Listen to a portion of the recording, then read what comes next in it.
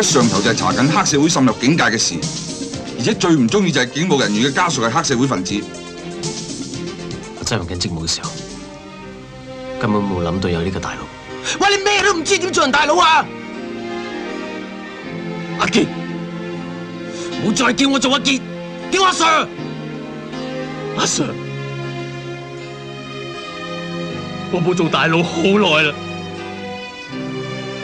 睇下你自己似乜嘢？做衰人嗰時俾人鬧，做好人嗰陣連行兩步路俾人跟蹤啊！俾條生路佢行得唔得？打敗戒指俾佢害死噶，你做咩要逼佢接受佢啫？唔好打啊！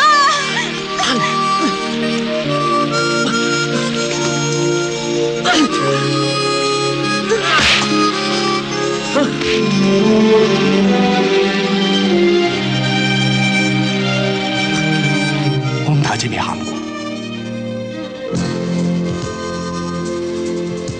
嗰次係我第一次流眼淚。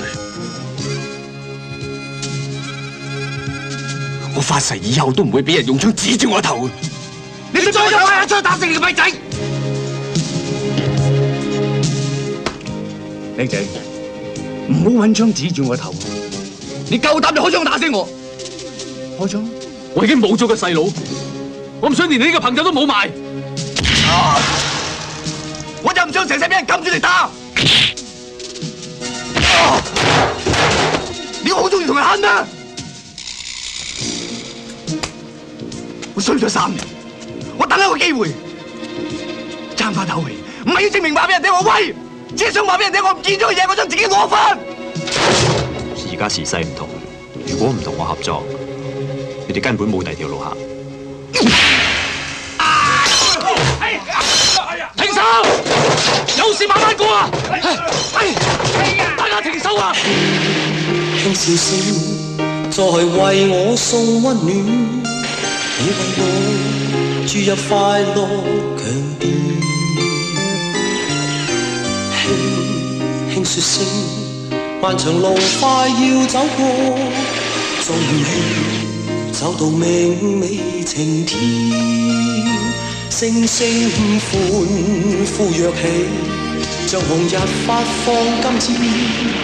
我伴你往日笑面重現，輕輕叫聲，共抬望眼看高空，終於青天有你為你獻，